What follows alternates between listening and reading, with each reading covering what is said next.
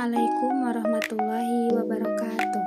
Perkenalkan, nama saya Kesha Repania Hermawan dengan NIM 251110072. Di sini saya akan menjelaskan tugas dengan mata kuliah Dasar Manajemen Bisnis, Dasar Manajemen dan Bisnis yang diampu oleh dosen saya yaitu Bapak Berry Lesmana.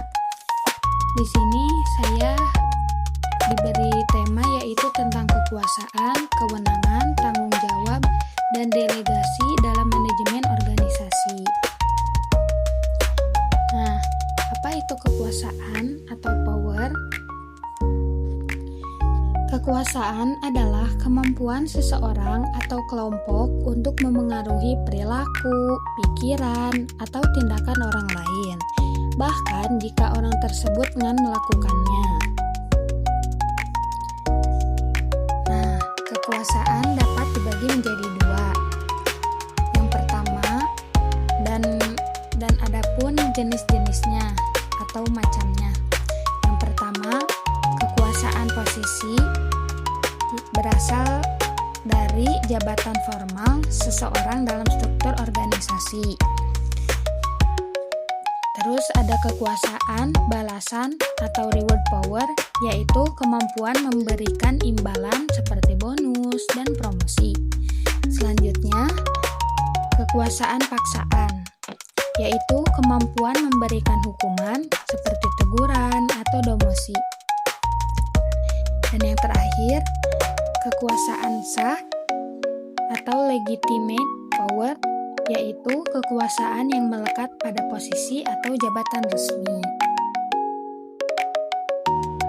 Yang kedua, kekuasaan pribadi atau personal power.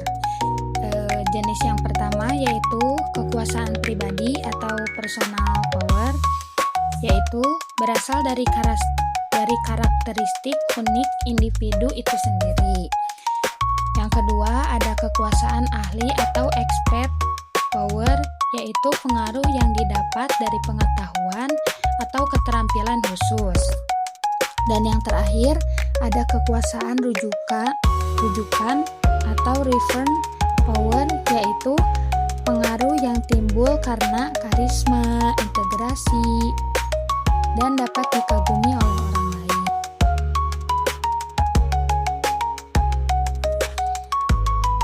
Apa itu kewenangan? Kewenangan adalah hak formal dan sah yang dimiliki seseorang untuk memerintah, membuat keputusan, meminta kepatuhan, dan mengalokasikan sumber daya untuk mencapai tujuan organisasi. Berbeda dengan kekuasaan yang bersifat informal, justru kewenangan selalu berdiri formal dan melekat pada suatu posisi atau jabatan. Kewenangan mengalir dari atas ke bawah dalam hierarki organisasi.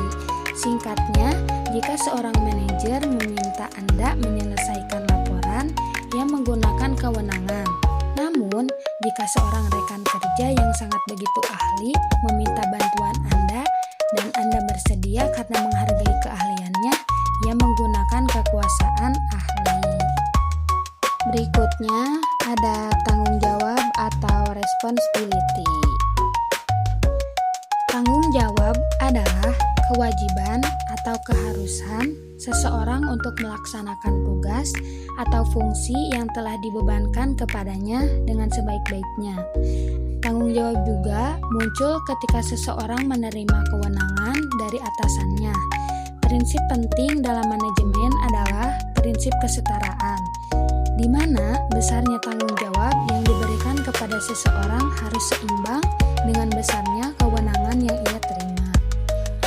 Memberikan tanggung jawab tanpa kewenangan yang cukup akan membuat bawahan frustasi dan tidak mampu bekerja secara efektif.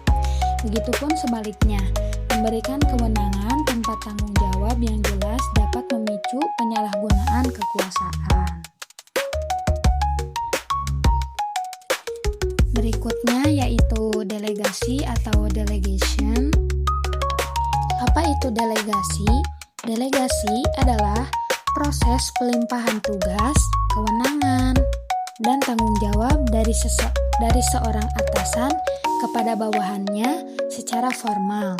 Delegasi bukan berarti melempar pekerjaan, melainkan sebuah strategi manajemen untuk memberdayakan tim, mengembangkan kemampuan bawahan, dan kemungkinan manajer untuk fokus pada tugas-tugas yang lebih strategis. Selanjutnya, kita masuk ke studi kasus, yaitu pengelolaan proyek digitalisasi layanan administrasi di PT Maju Bersama.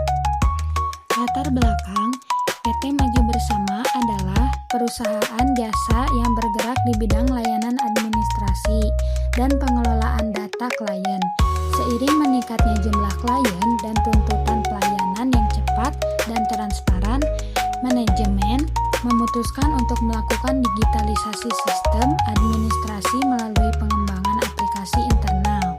Direktur utama menunjuk manajer operasional, yaitu Ibu Rina, sebagai penanggung jawab utama proyek. Ibu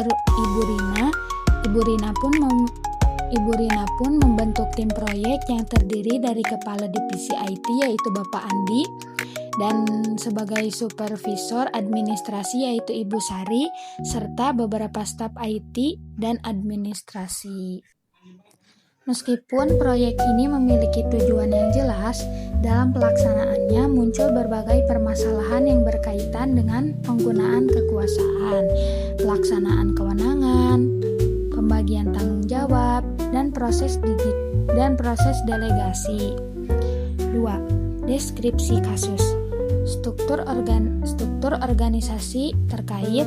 Yang pertama ada direktur utama, yaitu pemegang kekuasaan tertinggi dalam pengambilan keputusan strategis.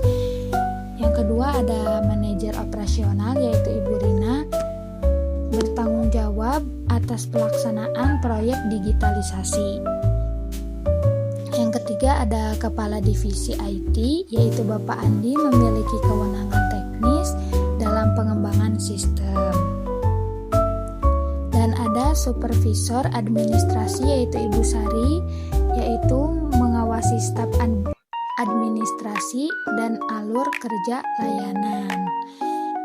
Dan yang terakhir ada staf IT dan administrasi, yaitu pelaksana teknis dan operasional. Permasalahan yang terjadi, yang pertama, kekuasaan direktur utama sering memberikan instruksi langsung kepada staf IT tanpa melalui manajer operasional atau kepala divisi IT. Hal ini menimbulkan kebingungan di antara staf karena mereka menerima perintah dari dua belah pihak yang berbeda. Yang kedua, kewenangan. Bapak Andi sebagai kepala divisi IT memiliki kewenangan dalam menentukan spesifikasi teknis aplikasi. Namun, Ibu Sari sering mengubah kebutuhan sistem berdasarkan keluhan staf administrasi tanpa berkoordinasi terlebih dahulu, sehingga terjadi konflik antar divisi. Yang ketiga, tanggung jawab. Ketika terjadi keterlambatan penyelesaian modul aplikasi, tidak jelas siapa yang harus bertanggung jawab. Manajer operasional menganggap itu tanggung jawab divisi IT, sedangkan divisi IT merasa keterlambatan disebabkan perubahan permintaan dari divisi administrasi. Yang keempat ada delegasi. Ibu Rina mendelegasikan sebagian tugas pengawasan proyek kepada Bapak Andi, namun tidak memberikan batasan wewenang dan indikator keberhasilan yang jelas. Akibatnya, Bapak Andi ragu mengambil keputusan penting dan sering menunggu persetujuan dari Ibu Rina, sehingga proses menjadi lambat. Dampak terhadap organisasi. Yang pertama, terjadi keterlambatan proyek selama 2 bulan. Yang kedua, hubungan kerja antar divisi menjadi kurang harmonis. Yang ketiga, motivasi staf menurun karena kebingungan dalam mengikuti perintah. Yang terakhir, ada kualitas aplikasi belum optimal karena sering terjadi perubahan mendadak. Alternatif solusi. Yang pertama, menyusun struktur komando yang jelas. Semua instruksi kepada staf harus melalui manajer operasional atau kepala divisi terkait. Yang kedua, ada penetapan kewenangan tertulis. Membuat dokumen resmi yang menjelaskan batas kewenangan setiap jabatan dalam proyek.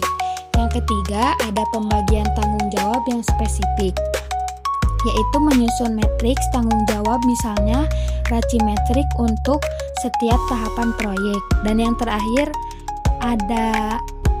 yang keempat ada delegasi yang efektif, yaitu memberikan kejelasan kepada pihak yang menerima delegasi mengenai ruang lingkup wewenang, target, dan mekanisme pelaporan. Dengan memperjelas jalur kekuasaan, menetapkan batas kewenangan, membagi tanggung jawab secara sistematis, dan melakukan delegasi yang tepat, organisasi dapat mengikuti konflik internal, mempercepat penyelesaian proyek, serta meningkatkan kualitas hasil kerja dan kepuasan anggota tim. Untuk kesimpulan, studi kasus ini menunjukkan bahwa keberhasilan organisasi tidak hanya ditentukan oleh tujuan dan sumber daya, akan tetapi oleh kejelasan dalam penggunaan kekuasaan, pembagian kewenangan, penetapan tanggung jawab, dan proses delegasi. Tanpa pengelolaan yang baik terhadap keempat aspek tersebut, organisasi berpotensi mengalami konflik internal, penurunan kerja, dan keterlambatan pencapaian. Mungkin cukup sekian dari saya. Mohon maaf apabila banyak kekurangan dan kesalahan karena saya masih dalam proses pembelajaran. Saya akhiri, wabillahi taufiq wal hidayah. Wassalamualaikum warahmatullahi wabarakatuh.